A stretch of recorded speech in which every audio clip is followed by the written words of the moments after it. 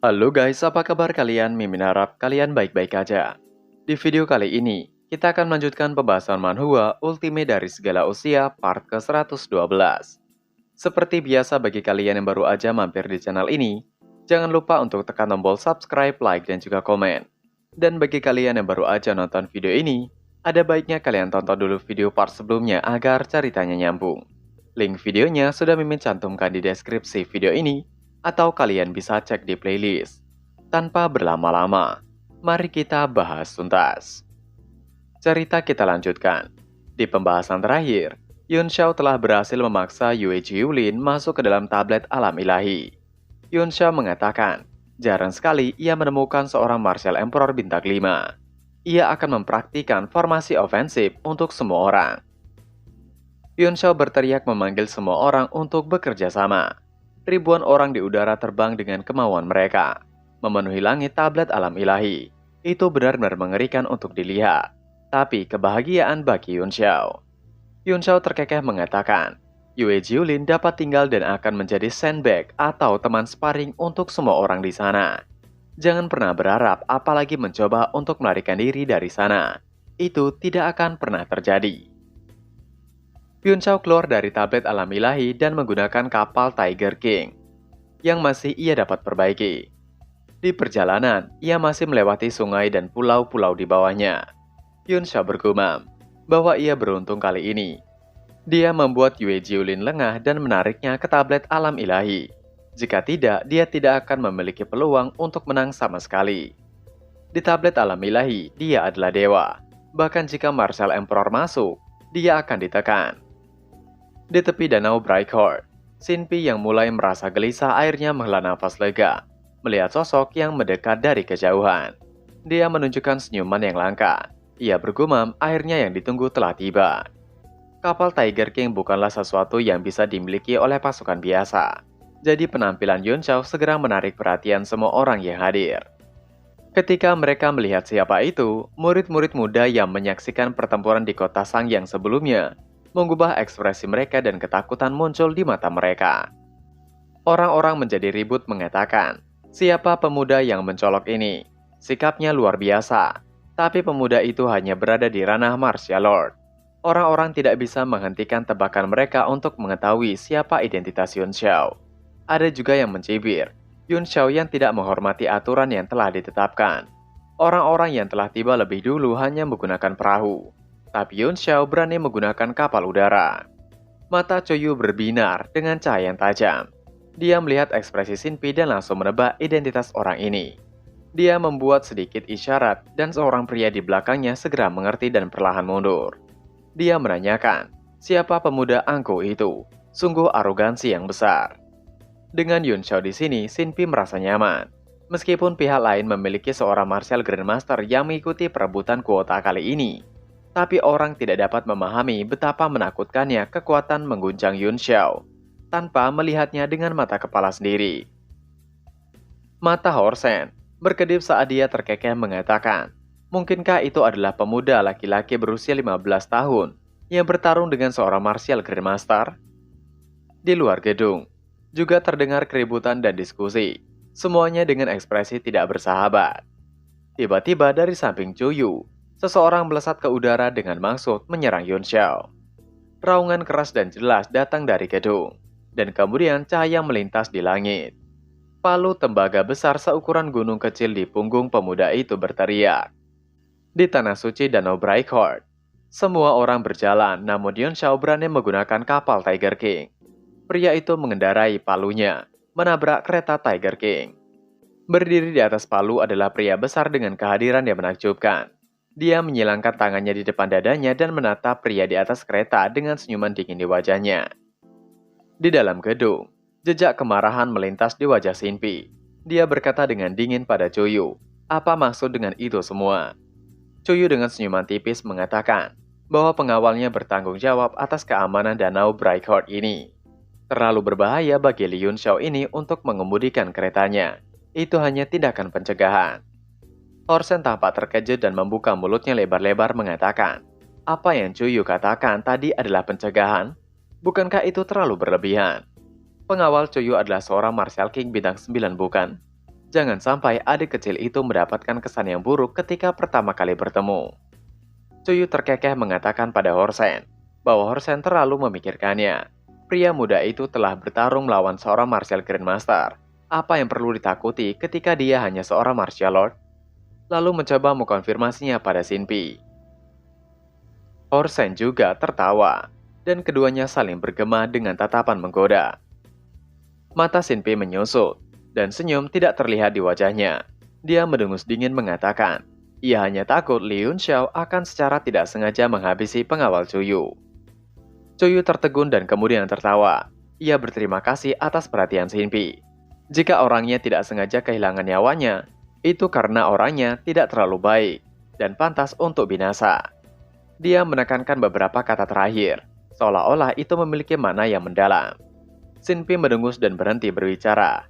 Dia memandang dengan dingin keluar gedung. Yunxiao berdiri di depan kereta Tiger King dan mencibir ketika dia melihat palu besar yang digunakan pria itu. Palu peringkat kelima. Apakah pria itu ingin melihat siapa yang lebih tangguh kan? Maka ia akan memenuhi keinginan pria tersebut. Yunxiao membuat beberapa segel tangan, dan lapisan pertahanan segera muncul di kapal. Semua formasi yang melekat pada kapal diaktifkan, menambah momentum dan membanting palu, seolah-olah sebuah gunung besar menekan mereka. Pria itu mengatakan, apakah itu adalah formasi yang kuat? Mengapa tidak menghindar? Semua orang juga terkejut. Bagaimana mungkin ada anak yang hilang seperti itu? Kapal Tiger King adalah senjata tingkat 5, dan itu sangat berharga. Dia benar-benar menggunakannya untuk memukul palu. Pupil mata pria itu berkontraksi, dan dia sangat ketakutan hingga berkeringat dingin. Dia mengira bahwa Yunxiao akan menyelamatkan kapal itu tidak peduli apapun untuk mencegahnya dihancurkan. Ketika dia memukul dengan palu, siapa yang tahu bahwa itu benar-benar akan bertabrakan dengannya.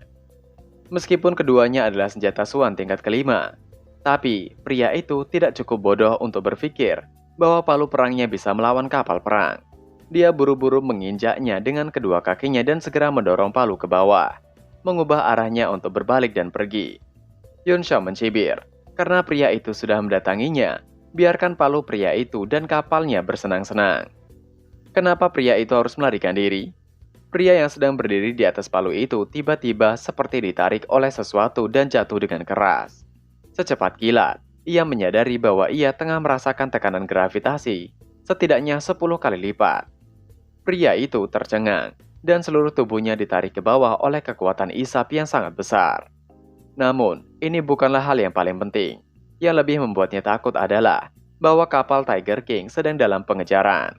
Itu tepat di atasnya, menderu dan menekan, menutupi langit dan bumi. Tidak ada cara untuk menghindarinya.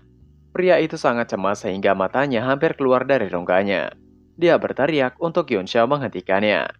Dia mengedarkan Qi ke puncak untuk menahan tekanan gravitasi 10.000 kali lipat ini.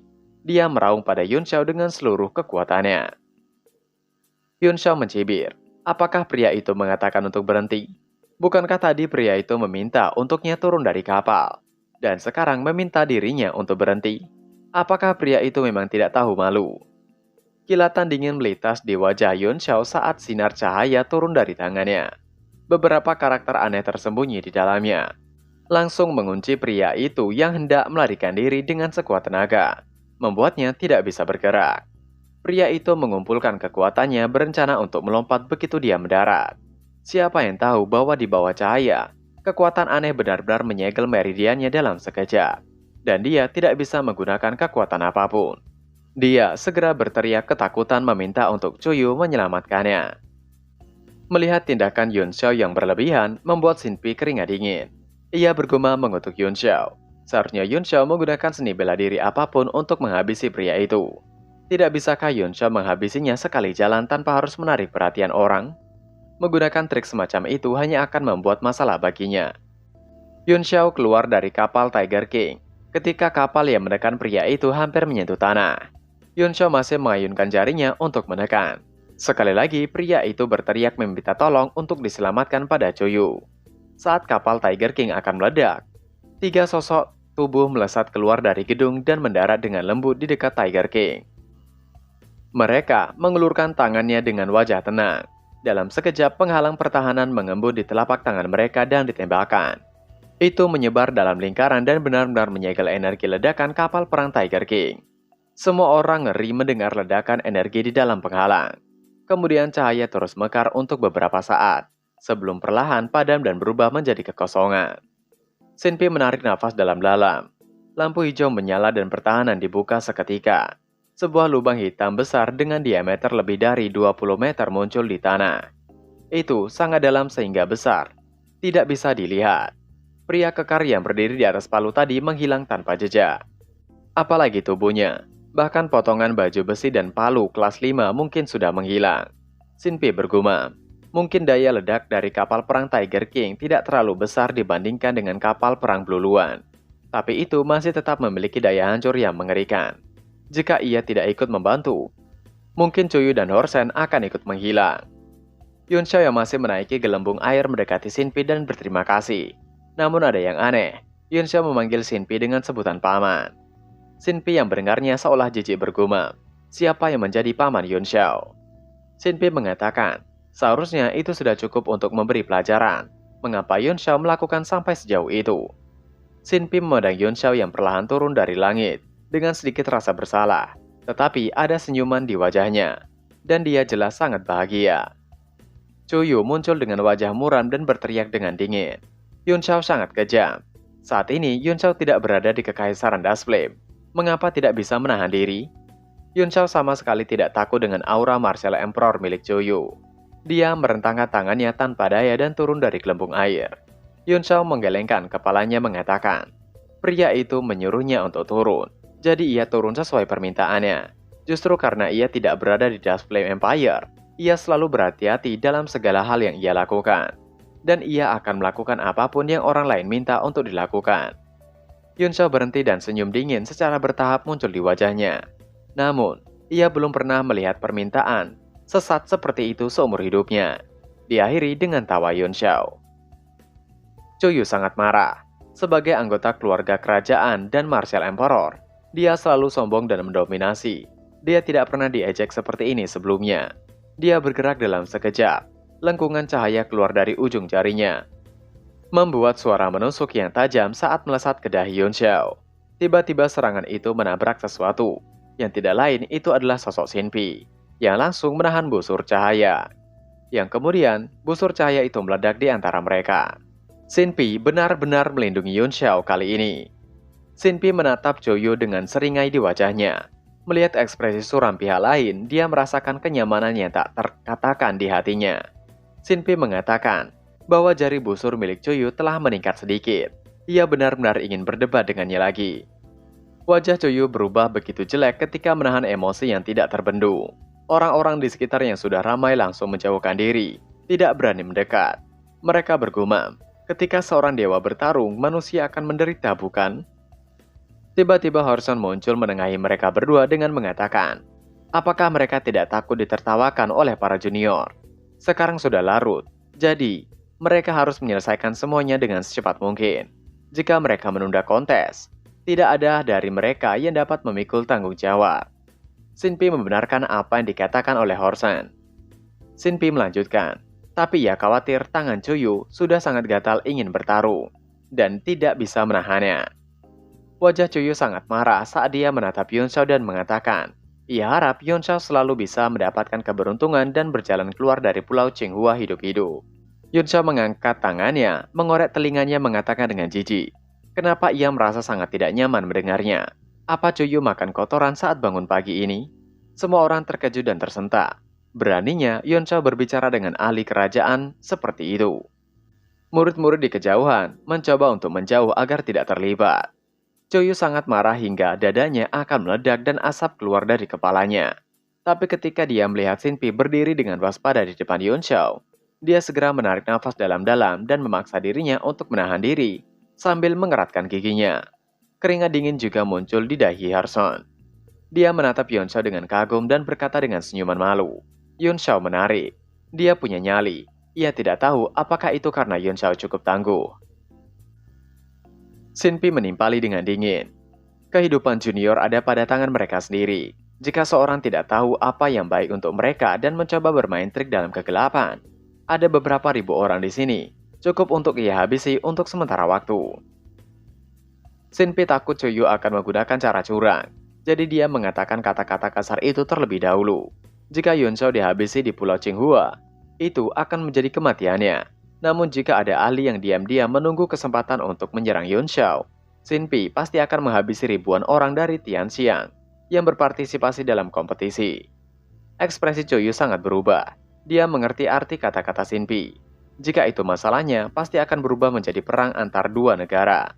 Dan bukan hanya perang antar manusia. Semua kekuatan utama pasti akan terlibat. Dan bahkan kemungkinan besar, Suaka itu akan mengambil tindakan pada akhirnya. Horsen mendekati Shinpi mengatakan, Shinpi terlalu banyak berpikir. Ahli dari 3 kekuatan utama sedang menjaga Pulau Qinghua. Siapa yang berani melakukan sesuatu yang licik seperti itu? Melihat situasi menjadi kaku, Horson buru-buru keluar untuk meluruskan semuanya. Tidak ada waktu untuk disia-siakan. Sebaiknya mereka mulai. Baru kemudian mereka berdua mundur. Mereka saling berhadapan dengan dingin dan tidak lagi berbicara. Namun wajah Choyu suram dan tidak pasti. Adegan dari beberapa hari yang lalu terlintas di benaknya. Yang mana keluarga Zhou, salah satu dari 4 keluarga besar di Kekaisaran Dust Flame, diam-diam telah mengirim seseorang ke pengadilan di tempatnya. Menawarkan alat tawar-menawar yang bahkan Choyu tergoda untuk menggunakannya.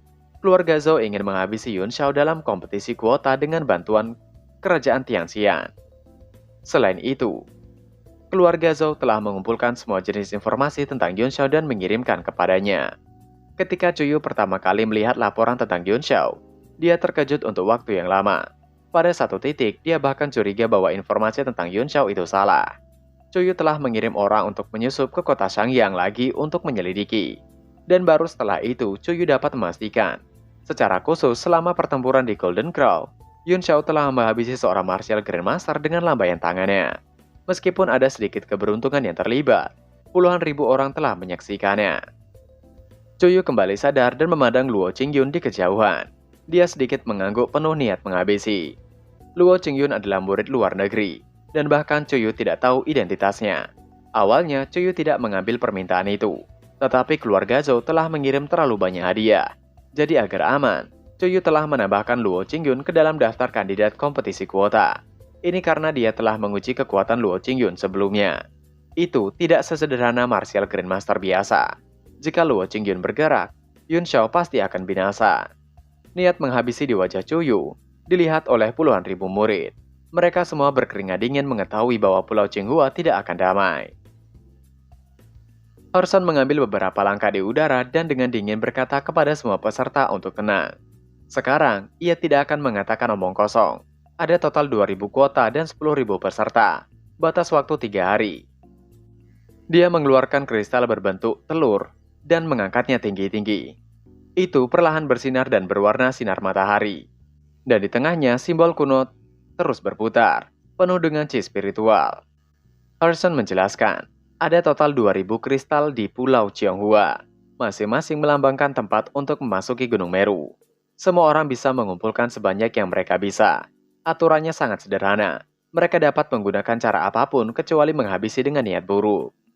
Pulau ini diawasi secara ketat oleh para ahli dari 3 kekuatan, yaitu Escape Valley, Sekte Juntian, dan Pavilion Seribu Bangau.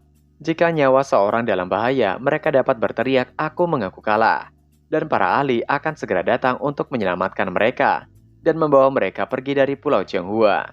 Namun mereka harus menyerahkan kristal kuota dan mengembalikannya ke pulau.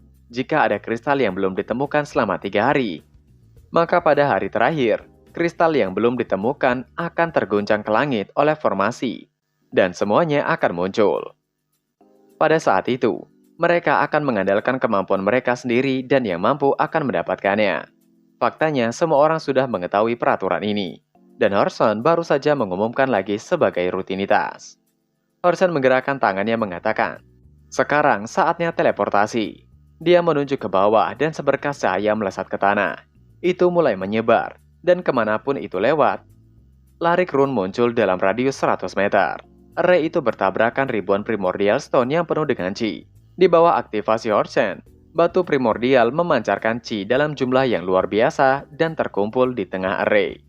Segera cahaya hangat keluar dari array mengembun di udara dan perlahan terbuka.